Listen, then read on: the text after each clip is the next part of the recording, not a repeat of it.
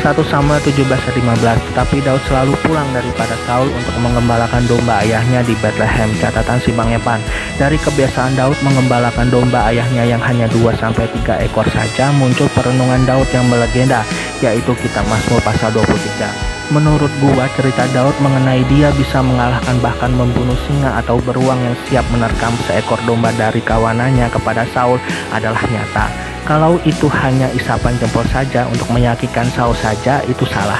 Sebab buktinya adalah kitab Mazmur pasal 23. Walaupun Daud memiliki 2-3 ekor domba saja, namun dengan gada dan tongkatnya Tuhan, melalui tongkat dan gadanya Daud bisa menghancurkan singa dan beruang.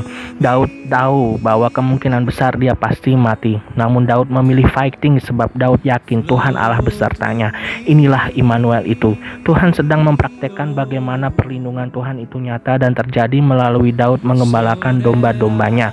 Daud selalu membawa kawanan hewannya ke padang rumput yang hijau, membimbing ke air yang tenang. Ketika kawanan dombanya berjalan melenceng, Daud membimbingnya di jalan yang benar. Hanya dengan dia mengalahkan singa dan beruang, Daud percaya bahwa pertolongan Tuhan terjadi seperti hidangan yang disediakan oleh Tuhan di hadapan musuh dan lawan Daud. Meskipun itu hanya singa dan beruang, Daud percaya pengurapan Tuhan turun dalam hidupnya, meskipun yang dia lawan adalah singa dan beruang.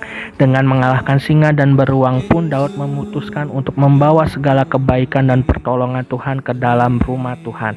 Bahkan apapun jenis masalah yang akan dihadapi Daud di depan, dia percaya Tuhan Allah pasti menolongnya. Maka dia membawa persembahan ucapan syukurnya atas kebaikan dan pertolongan Tuhan di rumah Tuhan sampai sepanjang masa. Daud bukan menunjukkan kesombongannya melalui kebajikan dan kemurahan yang selalu mengikutinya sampai akhir hidupnya. Itu otomatis satu paket ketika Daud memilih diam dalam rumah Tuhan. Artinya berhubungan, terkonek dengan Tuhan sampai sepanjang masanya. Hilang hubungan dengan Tuhan, hilang semuanya. Lah, kalau Tuhan bekerja atas Daud ketika melawan singa dan beruang, apa kabar dengan Goliat? Mau hidup seperti Daud? Yuk belajar taat dan berhubungan serta terkoneksi dengan Tuhan sepanjang hidup kita. Pemeliharaan Tuhan sebagai gembala di kitab Mazmur pasal 23 pasti nyata dalam hidup kita. Haleluya. Amin.